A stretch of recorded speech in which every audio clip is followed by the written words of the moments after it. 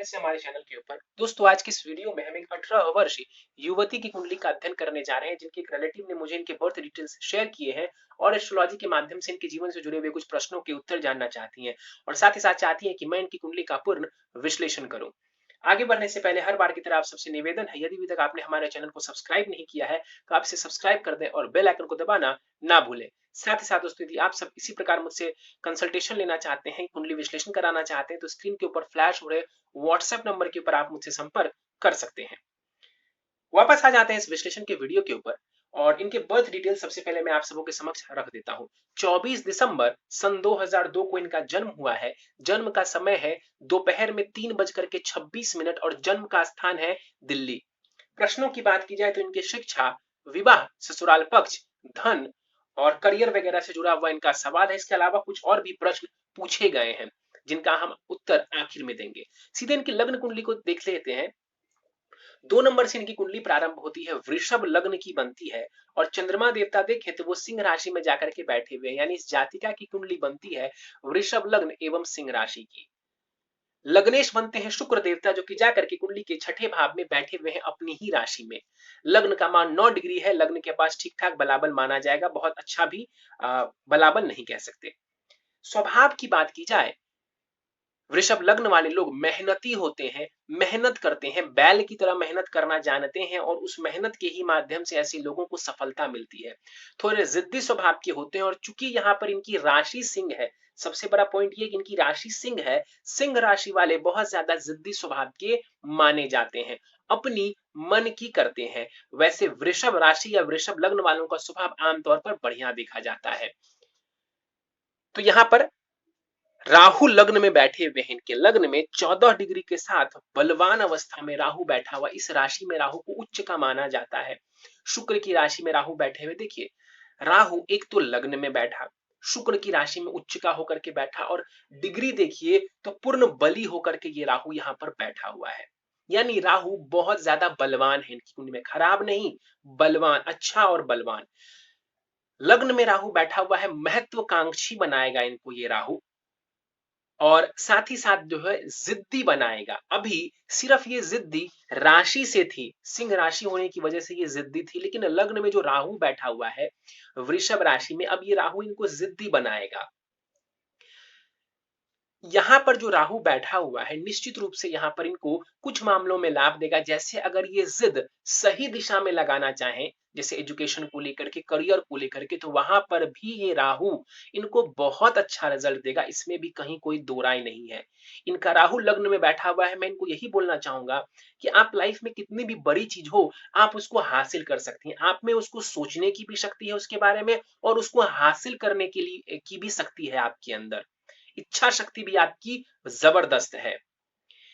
राहु की दृष्टि पड़ेगी पंचम भाव के ऊपर, एजुकेशन में भी ये अच्छा इनको लाभ देने वाले होंगे। नई नई टेक्नोलॉजीज के ऊपर भी ये राहु जो है इनको इंटरेस्ट दिलवा सकता है और साथ ही साथ जो है राहु शिक्षा में भी इनको लाभ देने वाला होगा। इंटेलिजेंस को, राहु जब अच्छे होते हैं तो इंटेलिजेंस को बहुत अच्छा कर देते हैं, बहुत बढ़ा देते हैं, out of the box thinking देते हैं राहु देवता।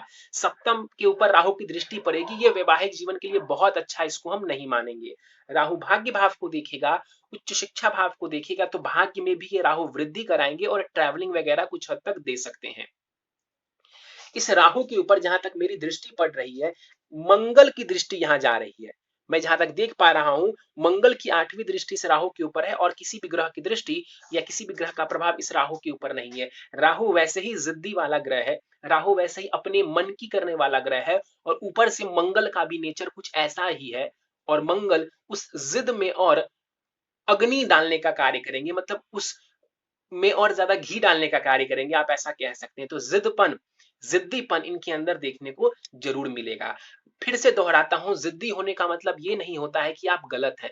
जिद अगर सही चीजों को लेकर के हो तो लाइफ में ये आपको एक्सट्रीम ऊंचाइयों तक लेकर के जा सकती है। तो इसको सही दिशा में लगाइए, बस मैं यही बोलूंगा। ये किसी और के बात को नहीं मानने वाली होंगी, जो भी करेंगी, जैसा भी करेंगी, अपनी मर्जी से करेंगी, ये इनकी कुंडली साफ साफ बता रही है। शनि को देख लेते हैं। शनि कुंडली के दूसरे खाने में बैठे हुए हैं, वक्री भी हैं शनि, 1 डिग्री के साथ बाल अवस्था में बैठे हुए हैं। शनि यहाँ पर देखें तो वो कर्मेश और भाग्येश है। वृषभ लग्न की कुंडली में शनि योग कारक बनते हैं, यानी कि सबसे शुभ ग्रह बनते हैं, जा करके धन और वाणी के भाव में बैठे हुए हैं। कहीं न कहीं ये इस जातिका के धन के लिए बहुत बढ़िया है। कर्म के माध्यम से, अपने एक्शंस के माध्यम से, अपने कर्म के माध्यम से इनको धन मिलेगा और अच्छा धन मिलेगा इनको। तो शनि दूसरे भाव में बढ़िया माने जाएँगे। वाणी हमेशा याद रखिए, अच्छी वाणी बोलिए। अगर आप अच्छी वाणी बोलेंगी, यकीन मानिए लोग बहुत ज़्यादा आपसे प्रभावित होंगे। उसके लिए आप जानी जा सकती हैं लोगों के बीच में। शनि यहाँ पर बैठे हुए हैं, मैं बढ़िया मानता हूँ इसको। शनि वक्री है, परिवार वालों के साथ संबंध का ध्यान रखिए। परिवार वालों के साथ संबंध का ध्यान रखिए, क्योंकि शनि वक्री है, दूसरा भाव परिवार का होता है। परिवार आपका बहुत सपोर्टिव है, इसमें कहीं कोई दो राय नहीं है। आपकी फैमिली बहुत सपोर्टिव है आपके लिए, लेकिन यहाँ पर शनि वक्री होकर के बैठे हुए हैं। हो सकता है कि किसी बात को लेकर के आपस में थोड़ी परेशानी देखने को मिले, तो ऐसा ना हो तो बेहतर है।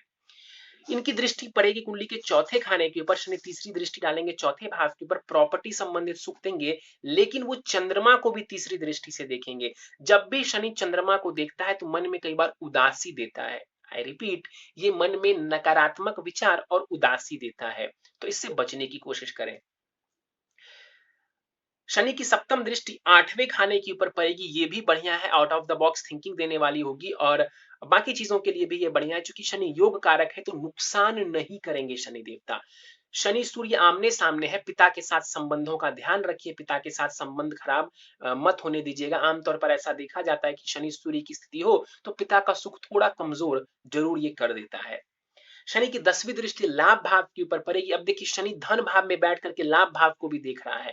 सबसे पॉजिटिव ग्रह है, क्या रिजल्ट देगा? निश्चित रूप से ये लाभ में वृद्धि करेगा। तो कर्म करिए, खूब सारा धन अर्जित करिए, इसमें कहीं कोई दो राय नहीं है।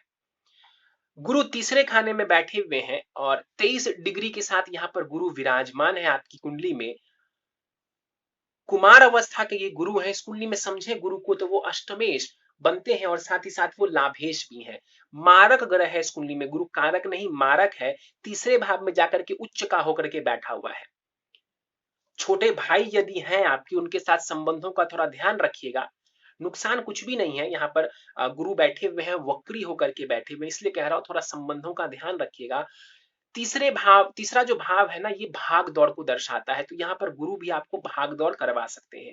गुरु ट्रेडिशंस को दर्शाता है, गुरु संस्कार को दर्शाता है। आप मानेंगे कि नहीं उसका संस्कार को, ये भी गुरु दर्शाता है। और जब गुरु वक्री हो जाए तो या तो व्यक्ति सारे संस्कारों को एज इट इज मानता है, या तो बिल्कुल नहीं मानता है, यानी कि वो अपने मन की करता है। ठीक है, किसी का गुरु वक्री हो जाए तो या तो व्यक्ति बहुत ज्यादा धार्मिक होगा, या तो बिल्कुल भी नहीं होगा। एक्सट्रीम लेवल पर ये लेकर के जाता है। तो यहाँ पर जो है आपको ध्यान रखना चाहिए कि आप भटकिए नहीं, माता पिता की सानिध्य में रहिए, आपके लिए बेहतर रहेगा। नहीं तो गुरु जब वक्री होता है तो कई बार लोग गलत दिशा की तरफ भी जाते हैं। गुरु आपका उच्च का है, अगर आप देखेंगे तो आप कहेंगे कि मेरा तो गुरु उच्च का है, ये तो सर्वश्रेष्ठ रिजल्ट देगा। देना भी चाहिए गुरु को, लेकिन चूंकि ये वक्री है तो अगर आपकी दिशा गलत होगी तो परेशानी आपके लिए हो सकती है। गुरु विवाह भाव को देखेंगे, ठीक है आपके लिए, हालांकि इस कुंडली में गुरु कारक ग्रह नहीं बनते हैं तो सर्वश्रेष्ठ हम इसको नहीं मानेंगे। गुरु भाग्य भाव को देखेंगे तो भाग्य में भी थोड़ा उतार चढ़ाव देंगे, लेकिन उच्च शिक्षा में ये गुरु आपको मदद करेगा। क्यों? क्योंकि शिक्षा का ये कारक ग्रह बनता है। और विवाह में भी कोई नुकसान नहीं करेंगे। लाभ भाव को देखेंगे, निश्चित रूप से लाभ भाव को देखेंगे, अपनी राशि को देखेंगे तो कहना ही क्या, मेहनत करिए और काफी संख्या में धन अर्जित करिए, निश्चित रूप से, इसमें तो कोई दो राय नहीं है। चौथे खाने में चंद्रमा बैठे हुए हैं, 4 डिग्री का चंद्रमा बाल अवस्था में 4th हाउस में बैठा हुआ है। तृतीयेश बनते हैं चंद्रमा, जाकर के कुंडली के चौथे खाने में बैठे हुए हैं। मेहनत वगैरह करेंगी निश्चित रूप से तो मकान का सुख, वाहन का सुख, ये सारा सुख ये चंद्रमा देगा। मदर की तरफ से आपको अच्छी जो है कह सकते हैं कि अच्छी हेल्प मिलेगी, लेकिन चंद्रमा कारक होते हैं, कारक भाव में बैठे हुए, देखिए चौथे भाव के कारक जो है ना वो चंद्रमा होते हैं, वो उसी भाव में बैठे हुए यानी उसको प्रमोट करेंगे। लेकिन शनि की जो दृष्टि पड़ रही है यहाँ पर, ये भाव का नाश करेगी। आई रिपीट, ये भाव का नाश करेगी। एक टर्म आता है कारको भाव नाशाय, वो यहाँ पर चंद्रमा के साथ लागू हो जाएगा। तो थोड़ा संबंध अपनी माता जी के साथ ठीक रखने की कोशिश करिएगा, ये आपके लिए जरूरी है। माता जी का सपोर्ट आपको मिले, ये नजर आ रहा है कुंडली में, लेकिन वो समय के साथ गड़बड़ हो जाए कारको भावनाशाय की वजह से, ये भी पॉसिबल हो सकता है। दसम भाव के ऊपर चंद्रमा की दृष्टि पड़ेगी, ये भी ठीक है, थोड़ा करियर में भाग दौड़ कराएंगे लेकिन ठीक है। आगे बढ़ते हैं, छठे खाने को देख लेते हैं। मंगल और शुक्र कुंडली के छठे भाव में बैठे हुए हैं और यहाँ पर देखिए कंजंक्शन, देखिए दोनों की युति जो हुई है उसकी डिग्रीज को ध्यान से देखिए, मैंने लिखा है 20 डिग्री का मंगल है, 22 डिग्री का शुक्र है। मंगल शुक्र की युति यानी कि ये प्रेम संबंध की तरफ लेकर के जाती है जातक को, किसी की भी कुंडली में हो, क्योंकि शुक्र जो है प्रेम प्यार को दर्शाता है और मंगल उसको बढ़ावा देता है, कई गुना ज्यादा बढ़ा देता है, उसमें अग्नि डालने का काम करता है, मंगल का यही काम है। तो यहाँ पर इस तरीके की चीजें आपको देखने को मिलेंगी, तो भटकिएगा मत। प्रेम करना कोई भटकाव नहीं होता है, लेकिन उसमें कुछ गलत मत करिएगा, भटकिएगा मत। माता पिता के सानिध्य में रहेंगे, बेहतर रहेगा आपके लिए। शुक्र देवता यहाँ पर बैठे हुए हैं, अपनी राशि में बैठे हुए हैं, भले ही छठे भाव में बैठे हुए हो, लेकिन ये आपके हेल्थ को बेहतर रखने में मदद करेंगे, तो ये आपके हेल्थ के लिए बढ़िया माना जाएगा। अगर लग्नेश, किसी भी कुंडली में लग्नेश 6, 8, 12 में बैठ जाए, लेकिन वो अपनी राशि में बैठ जाए, तो इसको अच्छा माना जाता है, इसको बुरा नहीं माना जाता है। तो ये शुक्र बढ़िया है, कंपटीशन में सफलता के लिए बढ़िया है, परीक्षाओं में सफलता के लिए बढ़िया है, जॉब में भी ये आपको लाभ देगा। तो ये अच्छी स्थिति है, शुक्र की खराब स्थिति नहीं है। वृद्ध अवस्था के शुक्र है, खर्च भाव को देखेंगे, अपने सुखों के ऊपर आप धन व्यय करेंगी, भौतिक सुखों के ऊपर आप निश्चित रूप से धन का व्यय करने वाली होंगी। मंगल यहाँ पर 20 डिग्री के साथ बैठे हुए हैं, इस कुंडली में मंगल मारक ग्रह बनते हैं, आपके विवाह और आपके व्यय भाव के स्वामी बनते हैं। अब विवाह का स्वामी छठे में बैठा हुआ है, जो कि लड़ाई झगड़े का होता है, मुकदमा का होता है, बीमारी का होता है, इसको हम बहुत अच्छा नहीं कह सकते हैं विवाह के लिए। आई रिपीट, विवाह भाव का स्वामी छठे भाव में बैठे, इसको हम बहुत अच्छा नहीं कह सकते हैं। यहाँ पर मंगल बैठा हुआ है और इसकी दृष्टि पड़ेगी 12वें खाने के ऊपर, विदेश वगैरह ये आपको लेकर के जा सकते हैं। चौथे खाने के ऊपर, माफ करिए, चौथी दृष्टि मंगल की भाग्य भाव के ऊपर पड़ेगी। भाग्य में थोड़ी सी ये परेशानी डालेंगे, क्योंकि भूलिए मत आप कि ये मारक ग्रह है, इस कुंडली में कारक नहीं, मारक ग्रह है मंगल। कुछ लोगों के साथ ये मंगल आपको शत्रुता भी करा सकता है, हालांकि मुझे ये नहीं लगता कि आपको कोई नुकसान होगा, लेकिन हाँ, कुछ लोगों से आपकी शत्रुता हो सकती है, इसकी भी संभावना बन जाती है। और मंगल की 8वीं दृष्टि लग्न पर पड़ेगी, जो कि आपको टेंशन देने वाला होगा, जिद्दी बनाने वाला होगा, तो उससे बचने की जरूरत है। बुरा प्रभाव भी मंगल देगा, चूंकि लग्न को देखेगा, मारक ग्रह है, तो थोड़ी ना थोड़ी परेशानी तो ये देंगे।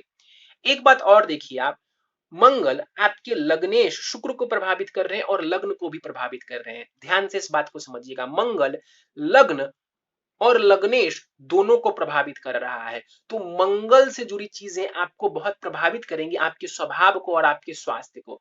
आपके स्वभाव और आपके स्वास्थ्य को मंगल प्रभावित करेगा, इस वजह से अपने हेल्थ का ध्यान रखिए। मंगल अच्छे ग्रह नहीं बनते हैं इस कुंडली में, वो मारक बनते हैं। आगे बढ़ जाते हैं, केतु को देख लेते हैं। केतु कुंडली के सप्तम भाव में बैठा हुआ है, मंगल की राशि में बैठे हुए हैं केतु, उच्च के माने जाते हैं, युवावस्था का केतु यहाँ पर बैठा हुआ है। केतु कैसा रिजल्ट देगा, तो मंगल की तरह रिजल्ट देगा। मंगल जाकर के छठे खाने में बैठे हुए, बिना कुंडली मिलान के विवाह मत करिएगा, थोड़ी परेशानी हो सकती है। देखिए, ऐसा नहीं है कि केतु सप्तम में बैठ गया तो विवाह के सुख को पूरी तरह खराब कर देगा, लेकिन चूंकि मंगल छठे में बैठा हुआ है, तो कुछ ना कुछ परेशानियां देखने को मिल सकती हैं वैवाहिक जीवन में। गुरु की दृष्टि पड़ रही है, कुछ हद तक वो लाभ देगी, क्योंकि विवाह के कारक गुरु होते हैं, पति के कारक गुरु होते हैं, तो गुरु की दृष्टि कुछ हद तक लाभ देगी, लेकिन आपका गुरु भी वक्री है, ये बहुत अच्छा नहीं माना जाएगा। कुछ नहीं करना है, ज्यादा नहीं सोचना है, जब भी विवाह करेंगी, जिससे भी विवाह करेंगी, कुंडली मिलान हो जाएगी, कोई दिक्कत नहीं आएगी आपको।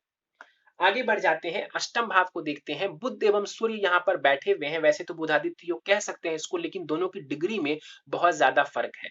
20 डिग्री का फासला यहाँ पर देखने को मिल रहा है बुध एवं सूर्य के बीच में, तो बहुत ज्यादा प्रभावी नहीं होगा बुधादित्य योग यहाँ पर। इस कुंडली में बुध को समझे तो वो पंचमेश है, आपकी ज्ञान भाव के स्वामी ग्रह है, संतान भाव के स्वामी ग्रह है और प्रेम भाव के स्वामी ग्रह। अष्टम भाव में जाकर के बैठे हुए, आपके अंदर जो सिक्स्थ सेंस है ना, वो बहुत आपका शार्प होगा। एजुकेशन के क्षेत्र में ये बुध आपको सफलता दिलाएगा। देखिए, अष्टम भाव रिसर्च का होता है, अष्टम भाव ऐसे ज्ञान का होता है जो कि किताबों से आपको नहीं मिल सकता है। आई रिपीट, अष्टम भाव ऐसे ज्ञान को दर्शाता है, ऐसी चीजों को दर्शाता है जिसके बारे में दुनिया बहुत ज्यादा नहीं जानती है। तो यहाँ पर बुध आपके सिक्स्थ सेंस को बेहतर करने वाला होगा, ये अच्छी बात है। रिसर्च वगैरह से जुड़ सकती हैं, उसमें भी आपको ये बुध काफी अच्छी सफलता दे देगा। किसी चीज में गहन आपको रिसर्च करना है, बाकी लोग कर पाए या ना कर पाए, आप जरूर कर सकती हैं और आपको सफलता भी मिल जाएगी। धनेश बनते हैं बुध जाकर के कुंडली के अष्टम भाव में बैठे हुए हैं और अष्टम से बैठ करके बुध अपने भाव को देखेंगे तो ये धन देने वाले होंगे, धन देने वाले होंगे, प्रॉपर्टी देने वाले होंगे। अचानक से भी धन एवं प्रॉपर्टी का लाभ आपको हो सकता है।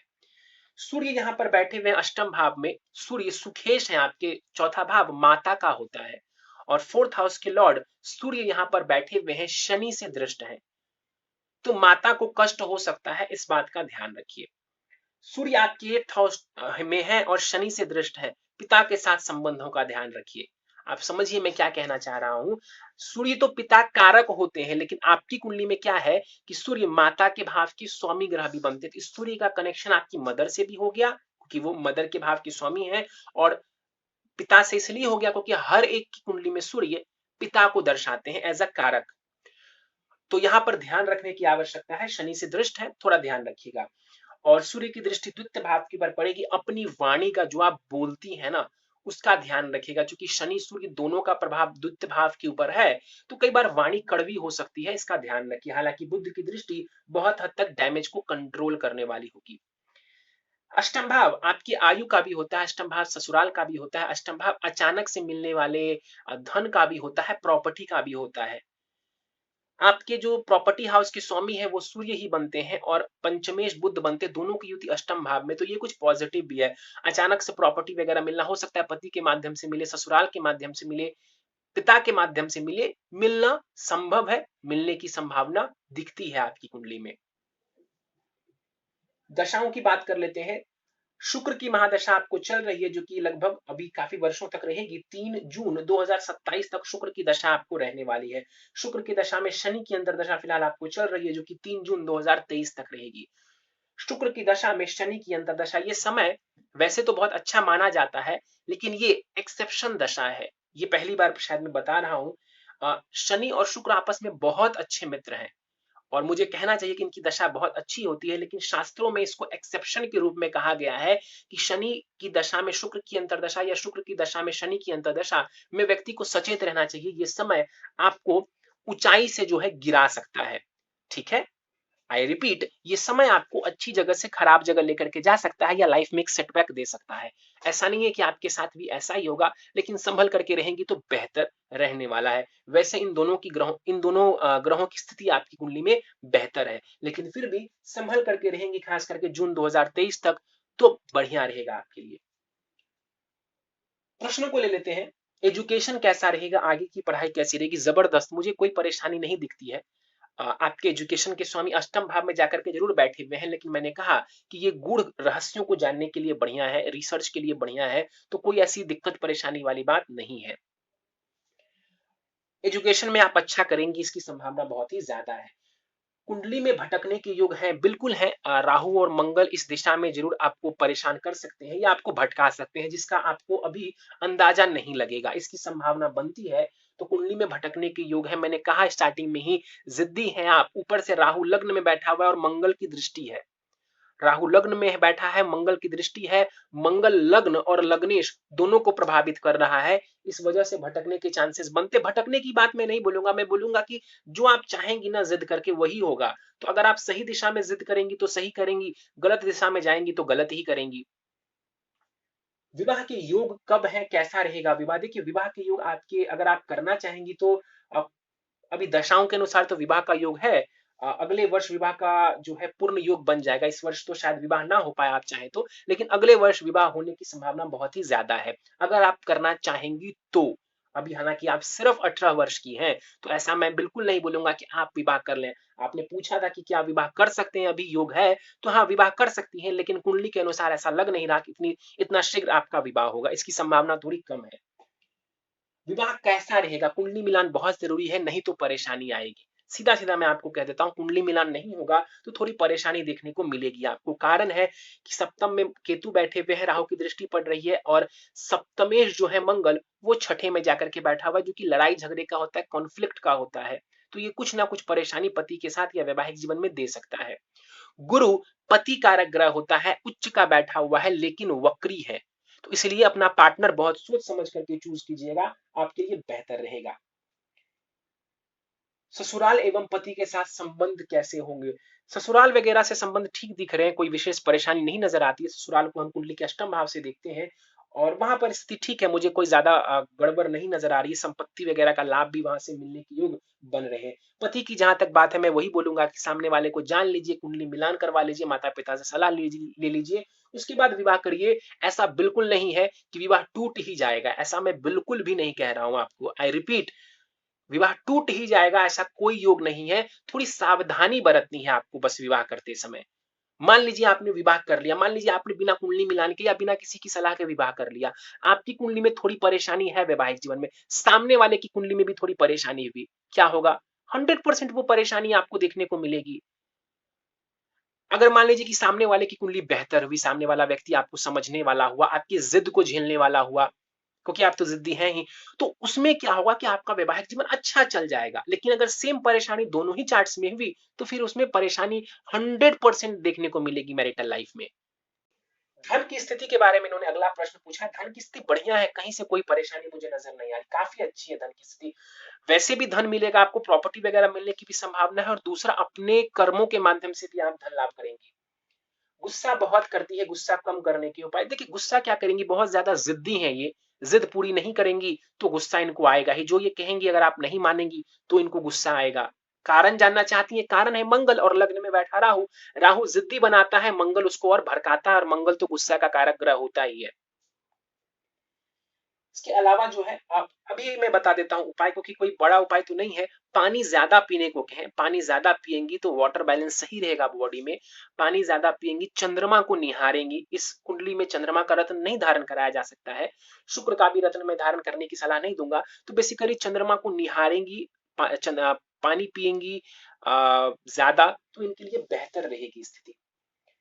पूर्णिमा का व्रत करेंगी, बहुत जबरदस्त लाभ देगा। महीने में एक बार भी पूर्णिमा का व्रत करती है, बहुत जबरदस्त लाभ देगा। अगर अभी विवाह किया जाए तो आगे की पढ़ाई करनी क्या पॉसिबल है?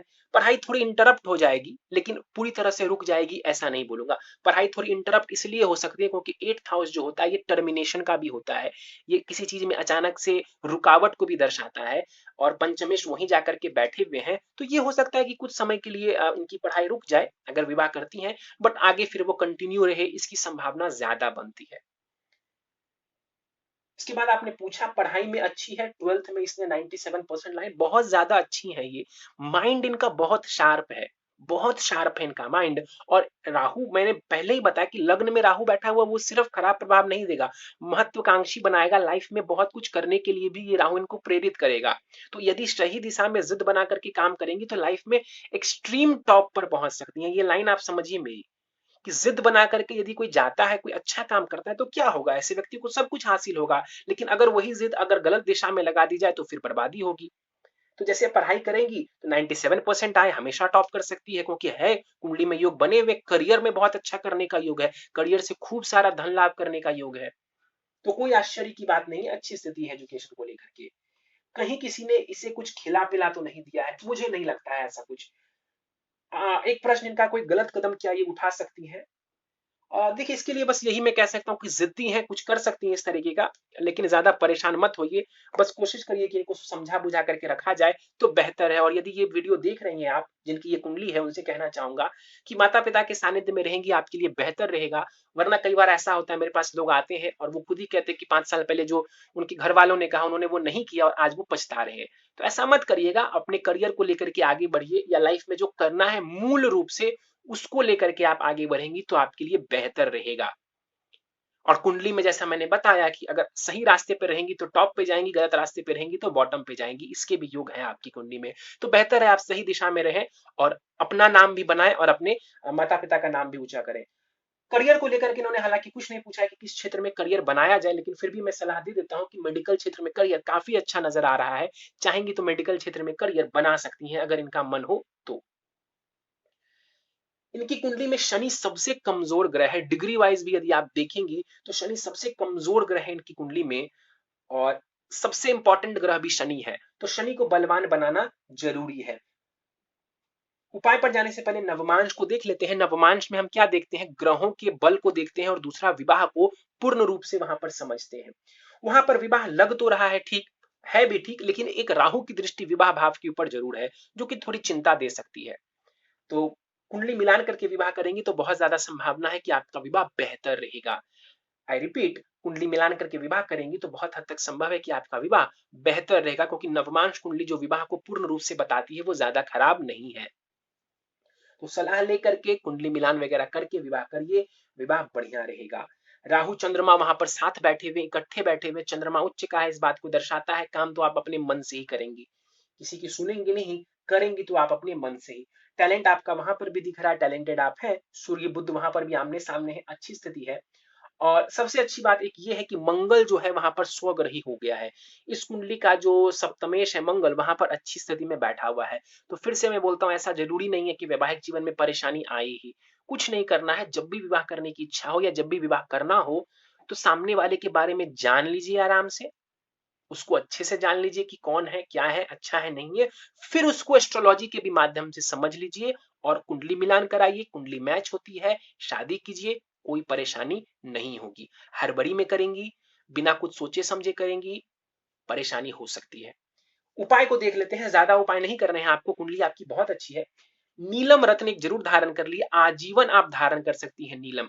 नीलम रत्न बहुत सोच समझ के धारण किया जाता है, और ये जानता हूं मैं, अगर आपकी ये कुंडली सही है, ये डिटेल्स आपने दिए, 100% आप नीलम रत्न धारण कर सकती है। ऊंचाइयों पर ये नीलम आपको लेकर के जाएगा।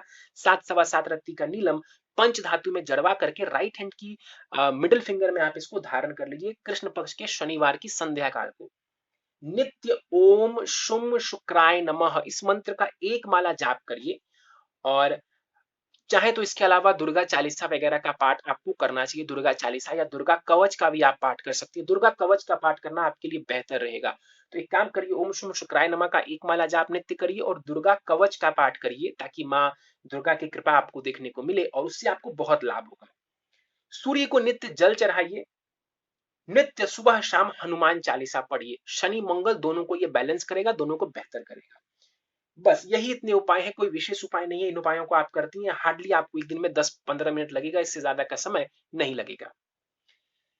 चलिए तो दोस्तों, ये था ये 18 वर्ष युवती की कुंडली का विश्लेषण। मुझे उम्मीद है कि आपको हमारा यह कुंडली विश्लेषण का कार्यक्रम पसंद आया होगा।